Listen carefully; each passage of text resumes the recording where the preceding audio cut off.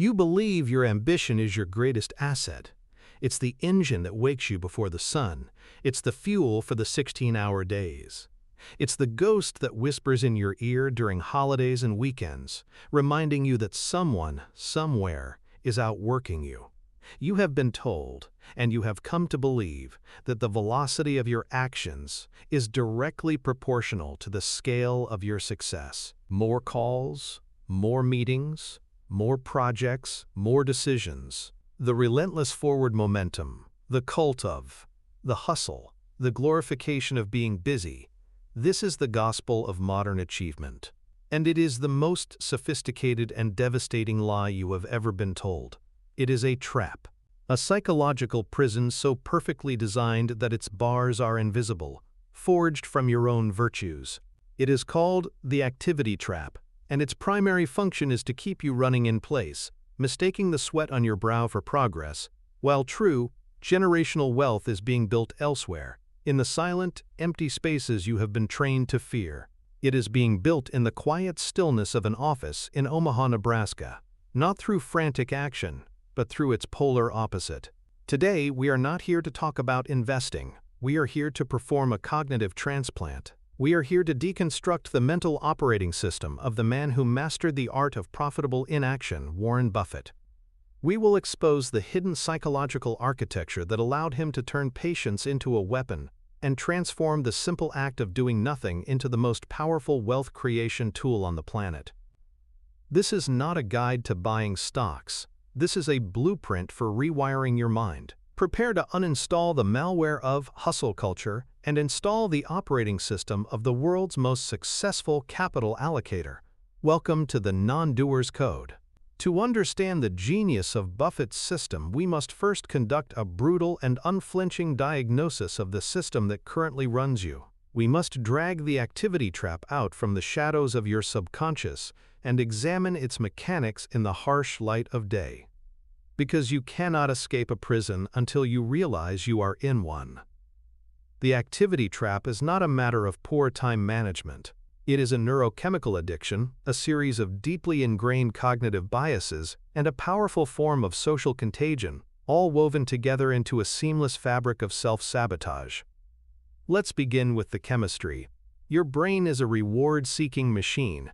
It is designed to release a small, satisfying burst of the neurotransmitter dopamine whenever you complete a task. Send an email? A tiny hit. Cross an item off your to-do list? Another hit. Make a quick, decisive call in a meeting? A bigger hit. The modern corporate and entrepreneurial environment is a dopamine superstimulus.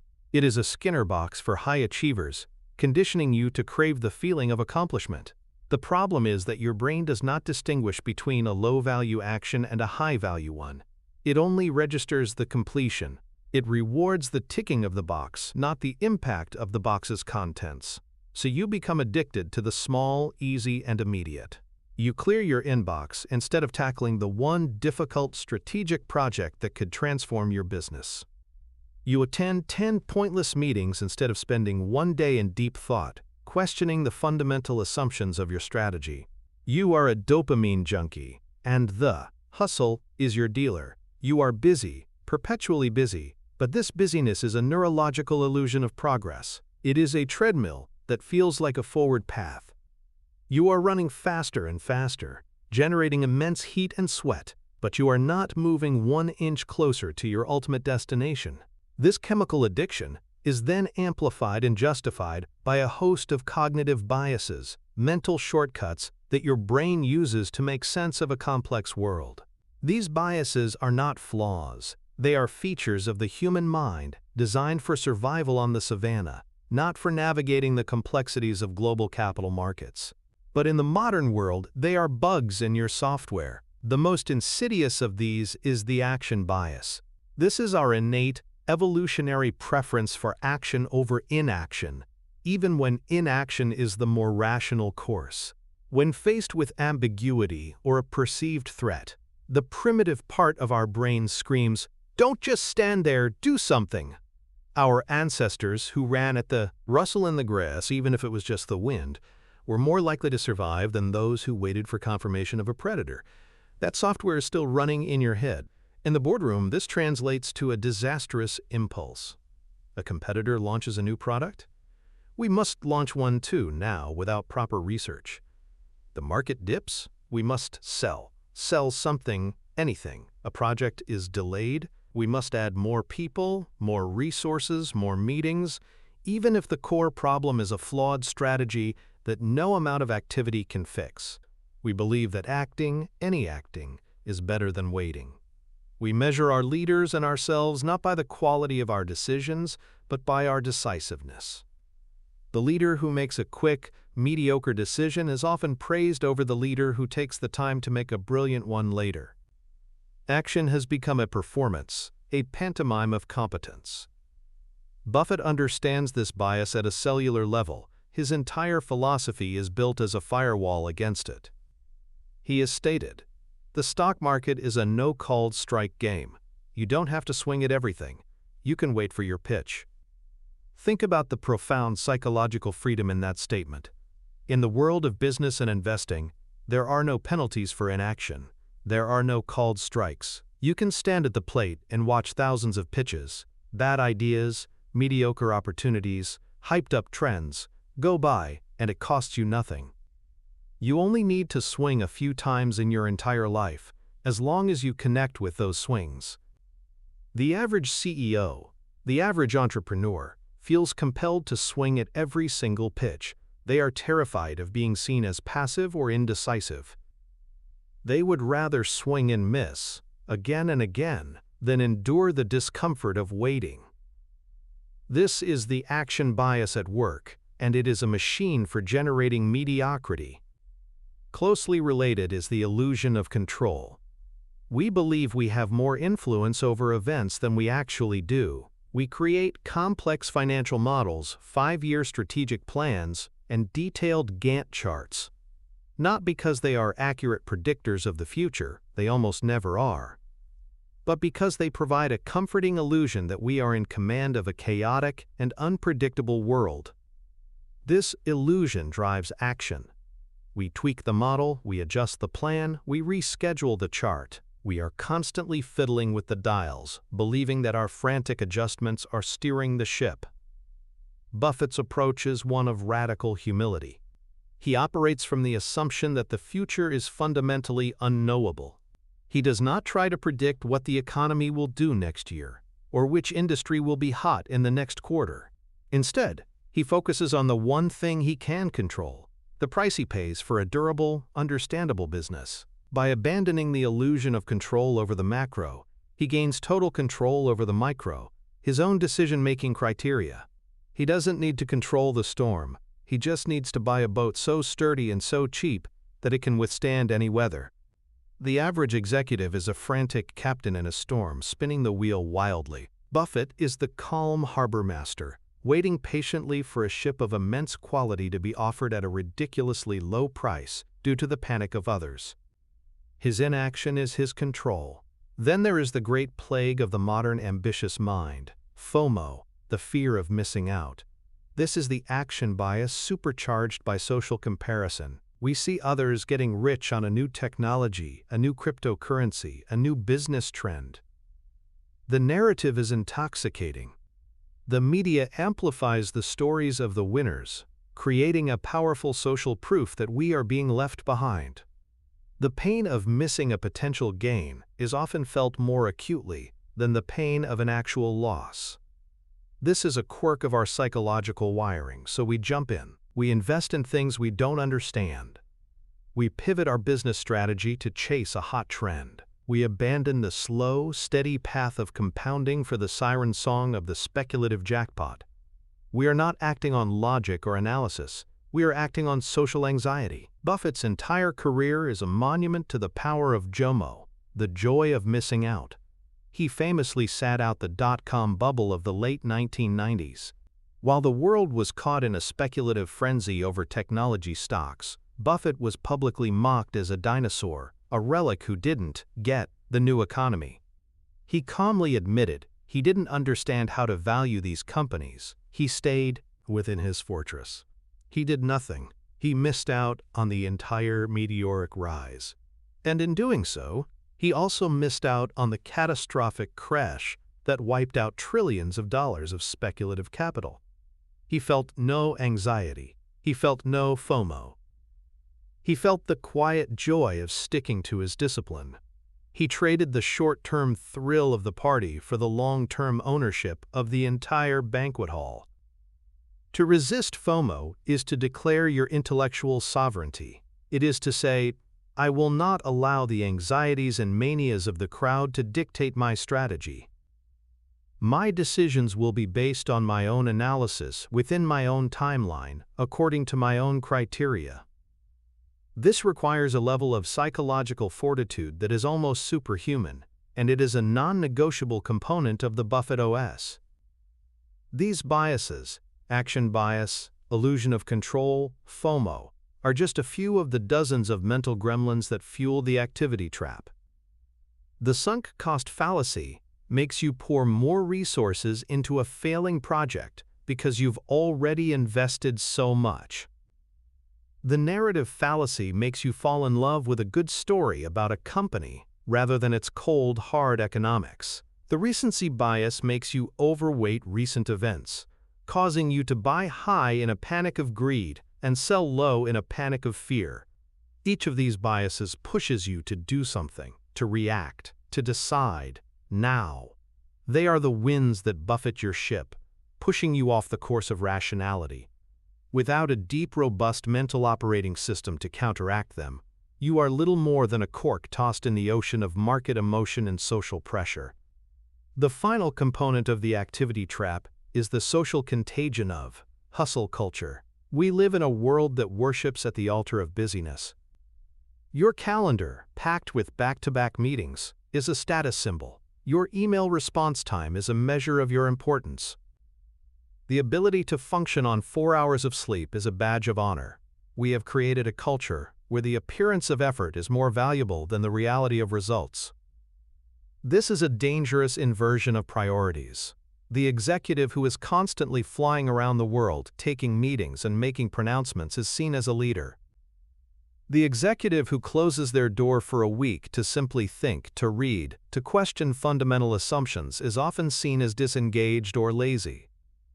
Yet which one is more likely to generate a breakthrough insight? Which one is more likely to avoid a catastrophic error?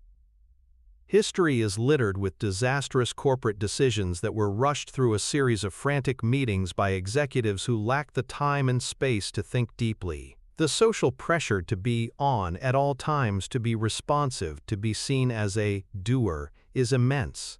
It forces you into a reactive posture. Your day is not your own. It is a series of responses to the demands of others. Emails, meeting requests, breaking news. You are not executing a strategy. You are fighting a series of fires, most of which are insignificant. To adopt the Buffett OS is to declare war on this culture. It requires a radical redefinition of what work looks like. For Buffett, work is not answering emails. It is not attending meetings. Work is reading. Work is thinking. Work is waiting. His schedule is famously empty. He spends the vast majority of his day, up to 80%, simply reading and thinking. He is not reacting to the world. He is creating a vast mental latticework of knowledge, so that when the world presents him with a rare and extraordinary opportunity, he is prepared to recognize it and act decisively. His days of inaction are the preparation for the brief, intense moments of action that define his success. This is the diagnosis. A neurochemical addiction to small wins. A suite of ancient cognitive biases pushing for action over analysis. A pervasive social culture that glorifies busyness over results. This is the activity trap. It is the default operating system for the ambitious, and it is designed to fail. Now let's begin the work of uninstalling it. Let us build, piece by piece, the new system. The Buffett operating system. The first pillar of the Buffett OS is the most foundational. It is the principle upon which all others are built. It is the construction of what he calls the circle of competence, but I prefer a more powerful metaphor, the fortress of competence. This is not a passive concept. It is an active, aggressive, and deeply strategic act of intellectual warfare. The common understanding of the circle of competence is simple. Stick to what you know. Invest only in businesses you can easily understand. This surface-level interpretation is correct, but it misses the profound psychological power of the concept. The true genius of the fortress of competence is not about what it includes, but about what it excludes. Its primary function is not to guide your analysis, but to grant you the permission to ignore almost everything. The human mind has a finite amount of processing power, what psychologists call cognitive load. Every new piece of information, every new variable, every new decision consumes this precious resource. The modern world is a relentless assault on your cognitive bandwidth. You are bombarded with information about thousands of different stocks, hundreds of industries, dozens of geopolitical events, and an endless stream of new technologies and trends. The aspiring elite feel a deep-seated obligation to keep up with it all. They believe that more information leads to better decisions. This is a catastrophic fallacy. More information, especially irrelevant information, does not lead to clarity. It leads to noise. It leads to analysis paralysis. It clogs your mental RAM and makes it impossible to think clearly about the few things that truly matter. The fortress of competence is a ruthless filtering mechanism.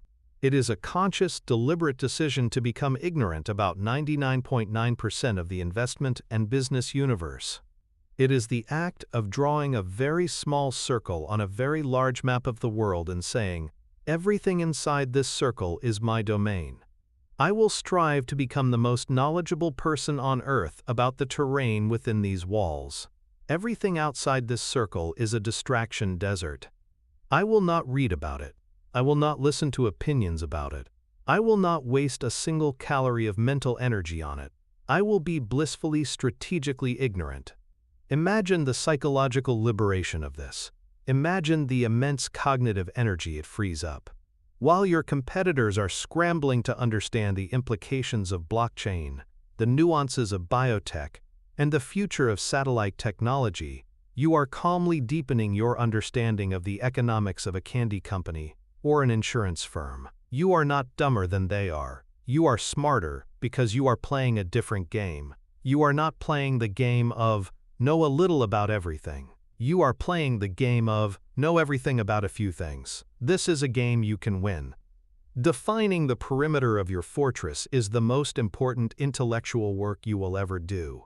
It requires deep and honest self-assessment. What industries do you have a natural passion for? What business models can you explain to a 10-year-old? Where do you have a durable, long-term informational advantage, perhaps from your own career or a lifelong hobby? Your fortress should not be built on what is popular or profitable today, but on what is knowable and durable for you. Once the walls are defined, the second and more difficult task begins: digging the moat. The moat is your defense system against the temptations of the outside world. It is a set of rules and habits that prevent you from being lured out of your fortress.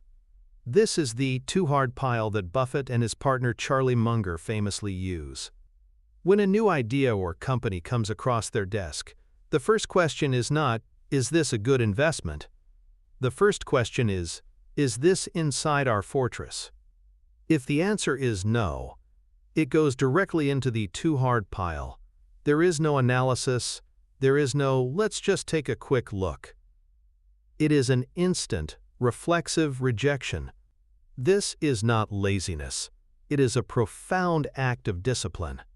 It is the recognition that their time and mental energy are their most valuable assets, and they will not be squandered on intellectual tourism. How do you dig your own moat? You must curate your information diet as ruthlessly as a professional athlete curates their nutrition. Unfollow the market gurus on social media who talk about everything. Cancel the subscriptions to publications that cover the hot trend of the day.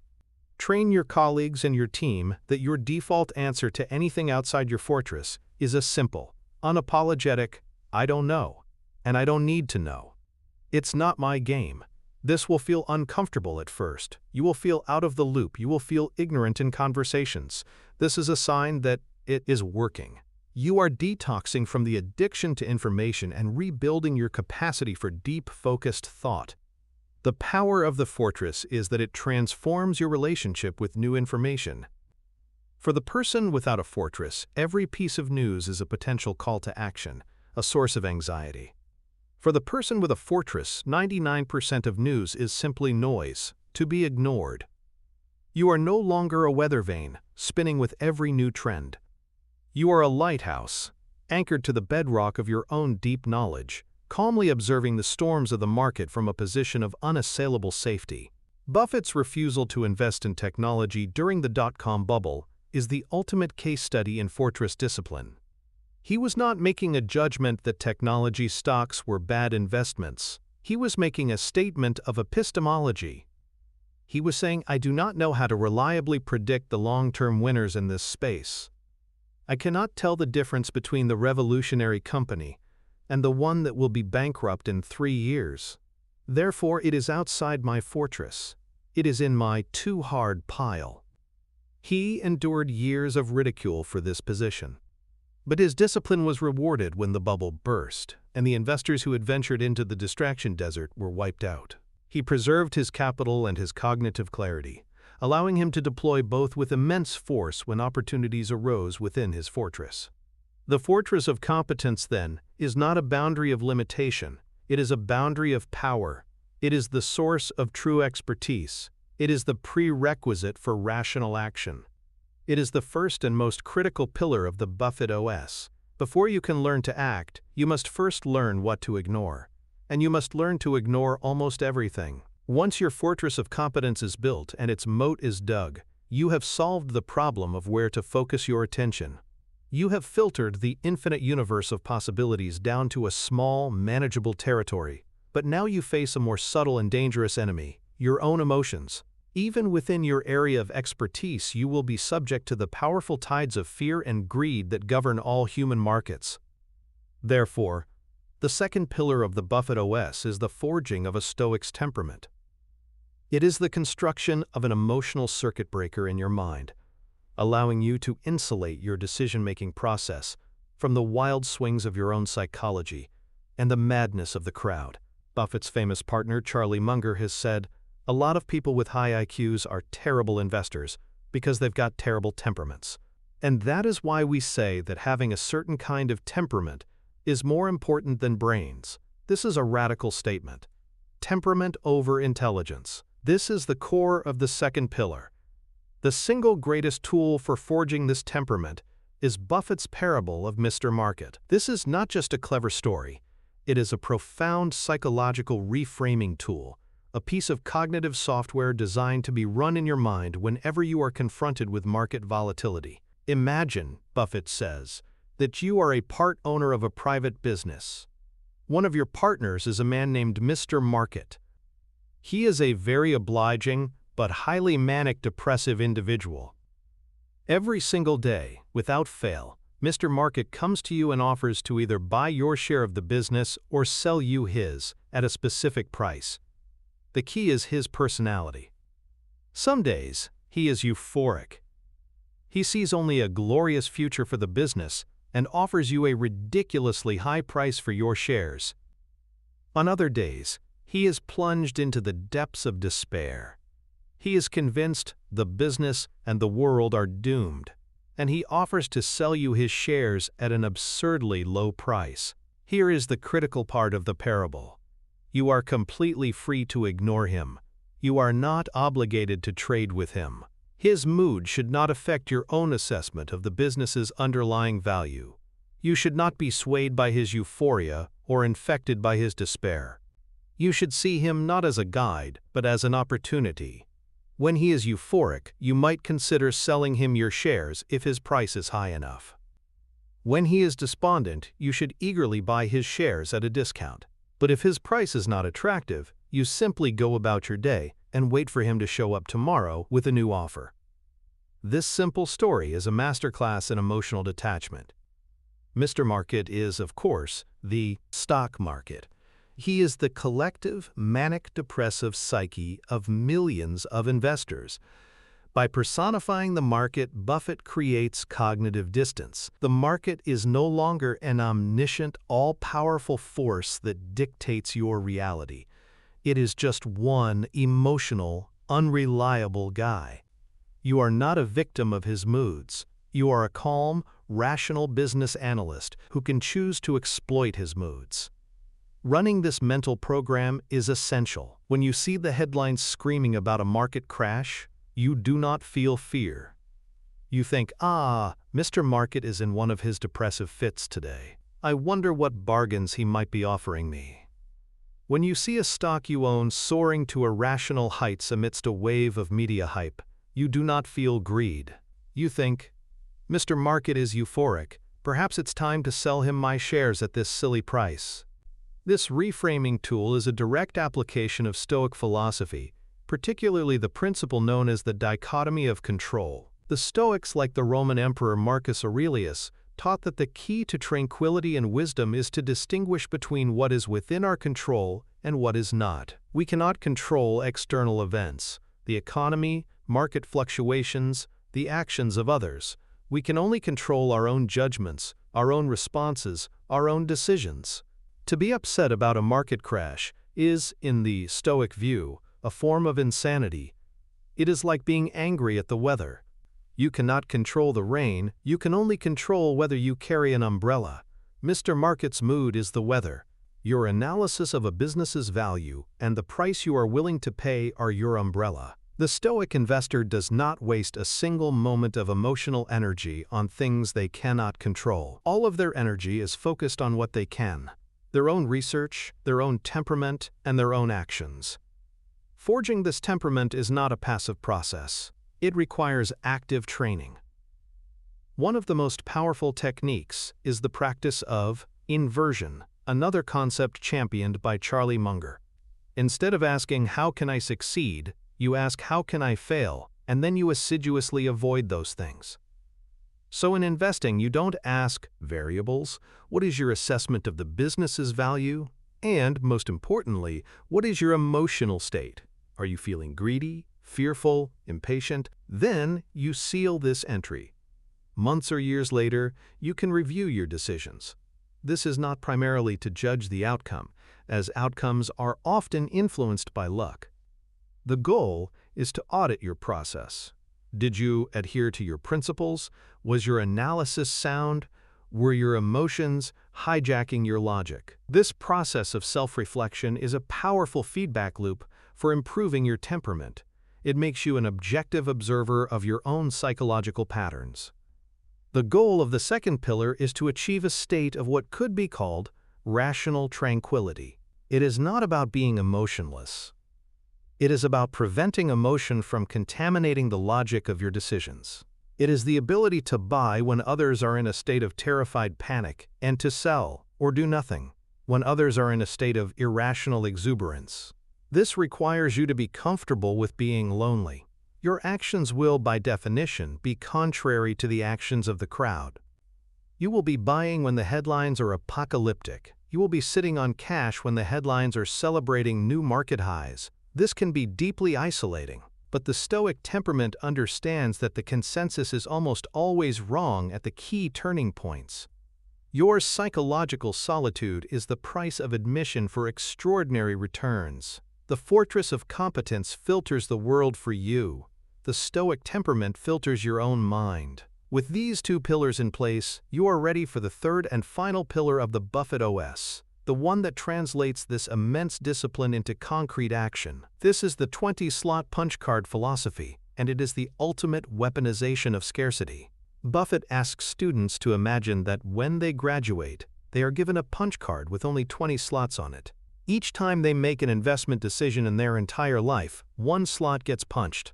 Once all 20 slots are punched, they can never make another investment again. He then asks, with this reality, how would you approach your decisions? The answer is obvious. You would approach each decision with an almost unbelievable level of care, diligence, and patience. You wouldn't swing at mediocre pitches. You wouldn't make small speculative bets. You would wait and wait and wait for the absolute perfect no-brainer opportunity, and then you would bet big. You would make sure that every single punch on that card was for a truly extraordinary idea. This is not a literal rule, but a mental model. It is a psychological device for creating an artificial scarcity of decisions. The modern world tells you that you have an infinite number of decisions you can make. You can trade in and out of stocks 100 times a day if you want.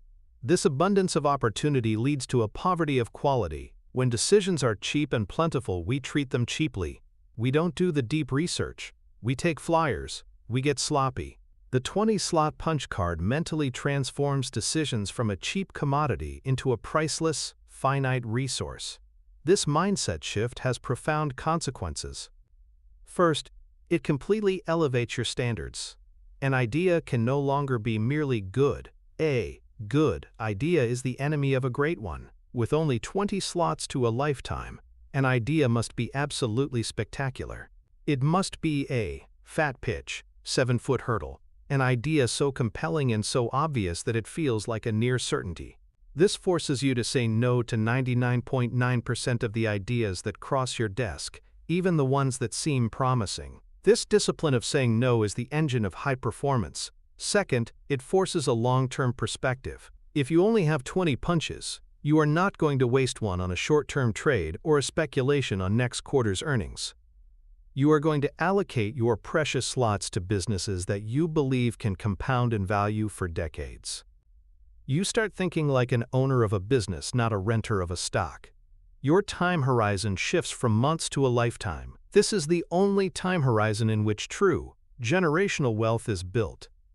Third, and most importantly, it concentrates your capital and your intellectual energy. The dirty secret of most investment portfolios, and indeed most business strategies, is that a tiny number of decisions account for the vast majority of the results. This is the Pareto principle, or the 80/20 rule, on steroids. In reality, it's often more like 95/5. A handful of brilliant decisions will generate almost all of your net worth.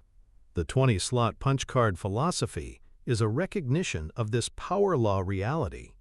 Instead of diversifying your attention across hundreds of mediocre ideas, a strategy Buffett calls diversification, you concentrate your focus and your capital on your handful of best ideas. When you find a truly great opportunity, one worthy of a punch, the philosophy dictates that you should not make a small bet. You should make a huge bet.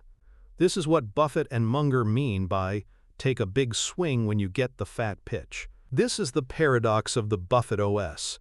Years of profound, patient inaction punctuated by moments of massive, decisive, concentrated action.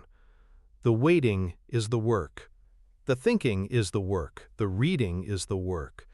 The actual doing is a rare and momentous event. To apply the 20-slot punch card philosophy beyond investing, you must view your time and energy as your most precious punch cards. You only have a finite number of slots for major life projects, career moves, or deep relationships. Are you wasting your punches on mediocre jobs, unproductive collaborations, or shallow commitments?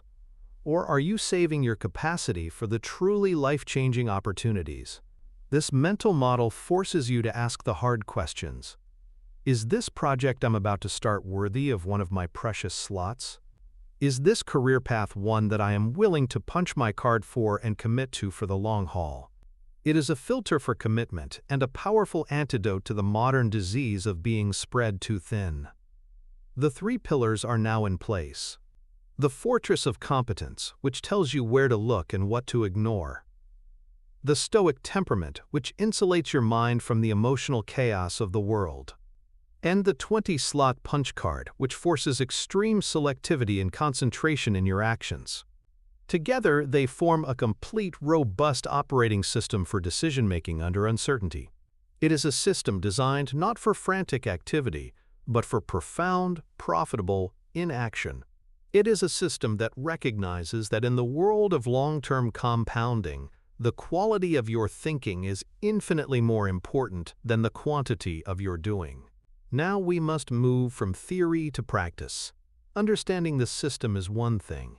Integrating it into your daily life is another entirely. This is where the real work begins. It requires a conscious and deliberate effort to rewire the habits and thought patterns that have been ingrained in you by the cult of activity. This is the Integration Protocol, a 90-day program to begin the process of uninstalling the old OS and installing the Buffett OS. Month 1 is the Great Information Fast. Your goal for the next 30 days is to ruthlessly reclaim your cognitive bandwidth. This is a detox. First, you will conduct an audit of all your information inputs. Every newsletter, every social media account, every news site, every podcast. For each one, you must ask, is this information essential for deepening my understanding within my fortress of competence? If the answer is not a resounding hell yes, you must eliminate it. Unsubscribe, unfollow, delete the app. This will be painful. Your FOMO will scream in protest. You will feel disconnected. This is the withdrawal. Your second task in this month is to replace that noise with signal. You will dedicate a minimum of 1 hour per day, non-negotiable, to reading material that is exclusively within your fortress of competence. This should not be news or commentary. This should be foundational material, annual reports, industry journals, biographies of successful operators in your field, textbooks. You are not skimming for headlines. You are reading for deep, durable understanding. You are building the intellectual bedrock of your fortress. The goal of this month is to break the addiction to constant, low-quality information and to create the mental space required for deep thought. You will end the month feeling less informed about the daily chatter of the world, but more knowledgeable about what truly matters. You will have starved the dopamine addiction and begun to cultivate the quiet focus that is the prerequisite for clear thinking. Month 2 is the decision audit. Your goal for this month is to become a scientist of your own psychology. You will keep a decision journal. You will log every significant decision you make, whether in business, investing, or your career. For each entry, you will record not just the what, but the who, when, why, and the how. What was the decision? What was the rational thesis behind it? What were the key data points you considered? Crucially, you must also record your internal state. What was your emotional landscape? Were you feeling rushed, anxious, overconfident? Were you reacting to external pressure? Be brutally honest with yourself. At the end of each week, you will review your journal. You are not judging the outcomes yet. You are auditing your process. You are looking for patterns. Do you consistently make impulsive decisions when you are under pressure? Do you find yourself being swayed by a compelling narrative rather than hard data? Is FOMO a consistent trigger for your actions? The purpose of this audit is to make your subconscious biases conscious. You cannot fix the bugs in your mental software until you can see the code. This month is about developing self-awareness, the cornerstone of emotional regulation. You will begin to see the subtle ways in which the activity trap manifests in your daily life. You will see the triggers for your action bias.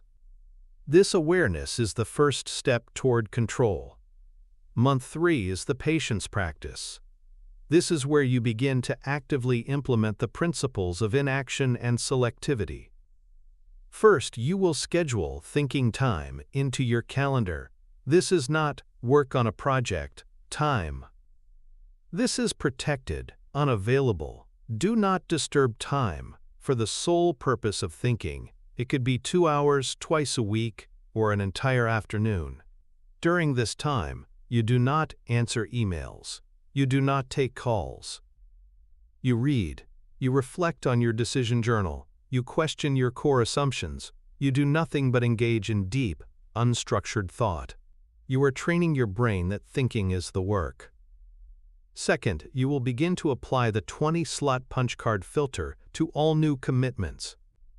Before saying yes to a new project, a new investment, or a significant new demand on your time, you will ask yourself, is this truly worthy of punching one of my precious, lifelong slots? This will force you to say no far more often. You will start to guard your time and capital with a fierce jealousy. You will be practicing the art of strategic refusal. Your goal this month is to lengthen the time between stimulus and response. The world will demand an instant answer. You will learn to provide a delayed, considered one. You will become comfortable with the silence and the space that true deliberation requires. This 90-day protocol is not a magic bullet. It is the beginning of a lifelong practice. It is the initial installation of a new operating system. Over time, these practices will shift from conscious, effortful exercises to subconscious, automatic habits. Saying no to distractions will become your default.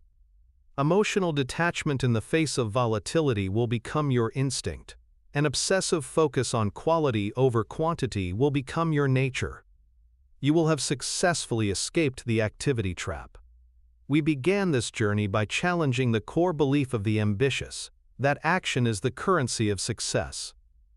We have deconstructed the psychological prison of the activity trap, revealing it to be a cocktail of neurochemical addiction, cognitive bias, and social pressure. And we have laid out the blueprint for a new mental architecture, the Buffett OS, built on 3 pillars: the fortress of competence to filter your focus, the stoic temperament to filter your emotions, and the 20-slot punch card to filter your actions. The path we have outlined is not easy. It is a path of discipline, patience, and often, solitude. It requires you to swim against the powerful currents of modern culture. It requires you to find your satisfaction not in the roar of the crowd, but in the quiet confidence of your own rational judgment. But the reward for this difficult work is liberation. It is the freedom from the anxiety of keeping up, the freedom from the compulsion to act, the freedom from the endless, exhausting hamster wheel of unproductive busyness. True power, and the immense wealth that follows, is not found in the speed of your decisions or the volume of your actions. It is found in the quality of your thinking and the discipline of your patience. It is found in the void, in the stillness, in the profound and profitable act of doing nothing, until the one moment comes to do everything. That is the secret. That is the non-doer's code. If this deconstruction of an elite mental operating system has provided you with value, continue your training. The video on your screen right now delves deeper into the cognitive toolkit of these master thinkers. Click and continue your installation. Curiously.